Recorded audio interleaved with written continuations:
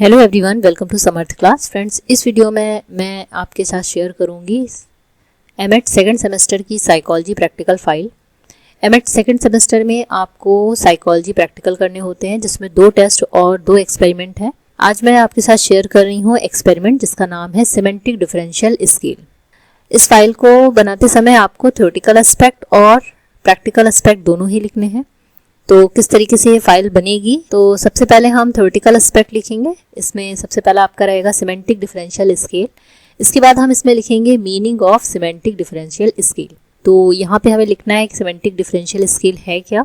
तो इसको ऑसगुड ने बनाया है। ये एक मेजरिंग डिवाइस है जो कि रेटिंग स्केल की तरह वर्क करती है, और यहाँ पे 2 अपोजिट एडजेक्टिव के थ्रू असेसमेंट किया जाता है किसी भी ऑब्जेक्ट, किसी का बिहेवियर या किसी कंपनी या प्रोडक्ट के बारे में। तो ये एक मल्टी पॉइंट एक स्केल है जिसमें रिसर्चर अपने सब्जेक्ट को किसी कॉन्सेप्ट के थ्रू मीनिंग उसकी जानने की कोशिश करता है, वहाँ असेसमेंट करता है कि वो उस चीज को कितना वैल्यू देते हैं। तो जैसे कि गुड और बैड में हो गया, तो 1 to 7 वहाँ पे पॉइंट होते हैं, और वहाँ पे पॉइंट के थ्रू ये बताना रहता है कि आप उस चीज को कहाँ पे जज कर रहे हैं।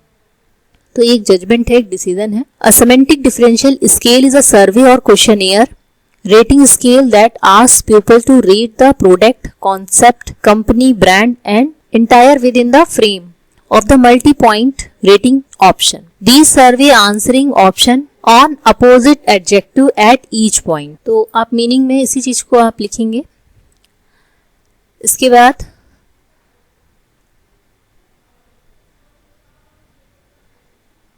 meaning of concept, the various fact of meaning being represented by the adjective. The reason why adjectives are selected to convey the meaning of the concept is that in our day-to-day language most of our ideas and opportunity communicated only through the adjective. इसे हम short form में SD भी कहते हैं, semantic differential scale को।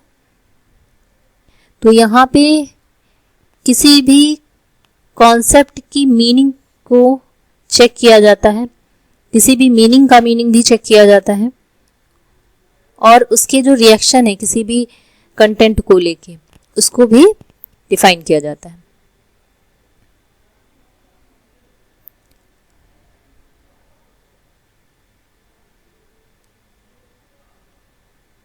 Next आपका रहेगा definition.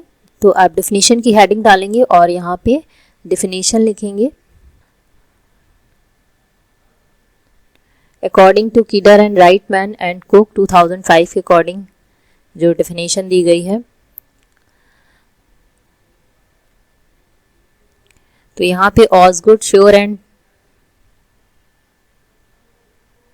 टेननबॉम who developed semantic differential scale has described it as a method of assessing meaning of a person toward any object. इस तरह आप सेकेंड डिफिनेशन भी लिख सकते हैं। नेक्स्ट आपका रहेगा एक्सपेरिमेंट का नेम, जो कि आपका प्रैक्टिकल एस्पेक्ट में रहेगा। यहाँ पे name of experiment semantic differential scale. इसके बाद एम लिखेंगे, to know the meaning of given concept with in the help of semantic differential scale. तो ये आपका एम रहेगा, कॉन्सेप्ट की मीनिंग क्या है और कैसे असेसमेंट करना है। इसके बाद रिक्वायर्ड मटेरियल की हेडिंग रहेगी। यहाँ पे आपको 3 रिलेटेड कॉन्सेप्ट लेने हैं और 15 सिमेंटिक डिफरेंशियल स्केल, और इसके अलावा stationery item, pencil and eraser.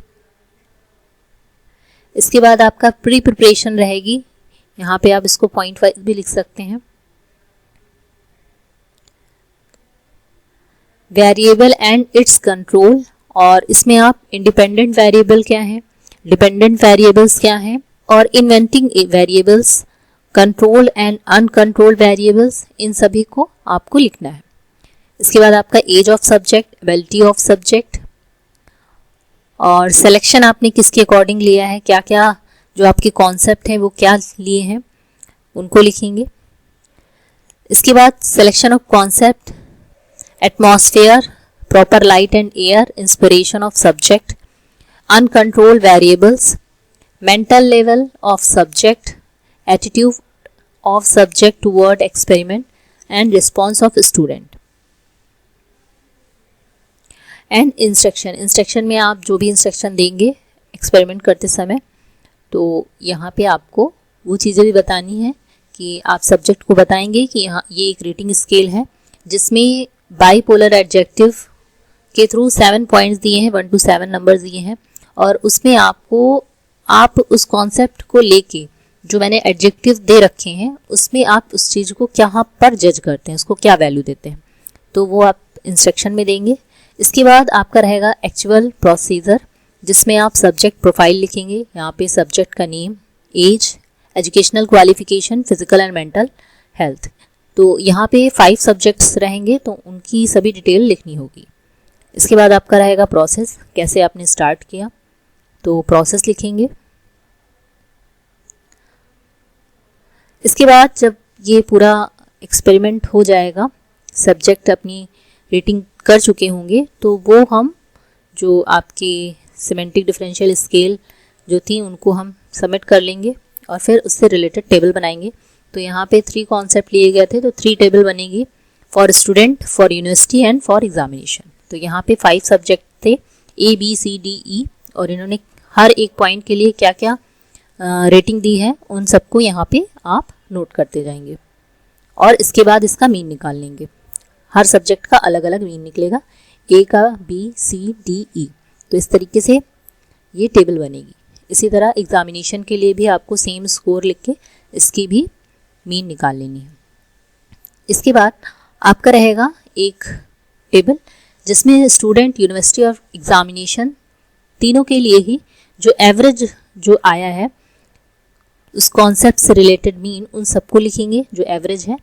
इसके बाद हम D matrix for student, D matrix for university and D matrix for examination, इन सभी को फॉर्मूले के थ्रू कैलकुलेट करेंगे। तो फॉर्मूला आपका है semantic differential equal to under root summation x minus y का होल स्क्वायर। तो यहाँ पे जो डिफरेंशियल हमें निकालना है, डिफरेंस निकालना है, वो a का b के साथ, a का c के साथ, a का d के साथ और a का e के साथ, सबका अलग अलग हम निकालेंगे। तो इस फॉर्मूले में रखते जाएंगे और कैलकुलेट करते जाएंगे। तो इस तरीके से ये कैलकुलेशन होगी और सभी कैलकुलेशन को हम इस तरीके से समराइज करके भी लिख सकते हैं। अदरवाइज आप हर एक का कैलकुलेशन अगर दिखाना चाहें तो वो भी आप फाइल में आप लिख सकते हैं। तो यहाँ पे एक साथ कर दिया गया है, कैलकुलेट करके डायरेक्टली आंसर किया गया है। और फिर university of differential analysis and examination also. Next आपका रहेगा D matrix for student concept. तो यहाँ पे हमने डी मैट्रिक्स बनाई है A, B, C, D, E, और A का B के साथ क्या मीन था और सबके लिए अलग अलग ये सारी चीज़ें हम लिखते जाएंगे। इसी तरह D matrix for university and D matrix for examination concept. Next आपका रहेगा रिजल्ट। रिजल्ट में आप स्टूडेंट कॉन्सेप्ट, यूनिवर्सिटी कॉन्सेप्ट और एग्जामिनेशन कॉन्सेप्ट के बारे में लिखेंगे कि एवरेज इनका क्या रहा और इनका जो एटीट्यूड है उससे रिलेटेड वो कैसा है, पॉजिटिव या नेगेटिव। तो ये लिखने के बाद आपका रहेगा इंटरप्रिटेशन, और इसमें आप पूरे एक्सपेरिमेंट में जो कॉन्सेप्ट लिए थे उसका क्या रोल रहा और किस तरीके से ये जितने 5 सब्जेक्ट ने किस तरीके से आंसर किया और उसका क्या एवरेज निकला, उससे रिलेटेड हम सभी के बारे में उसका एवरेज लिखते हुए जाएंगे और उसका एटीट्यूड भी बताएंगे कि कॉन्सेप्ट जो था उसका एटीट्यूड क्या है। तो A, B, C, D, E इस तरीके से स्टूडेंट कॉन्सेप्ट, इसके बाद यूनिवर्सिटी कॉन्सेप्ट, देन उसके बाद आपका एग्जामिनेशन कॉन्सेप्ट।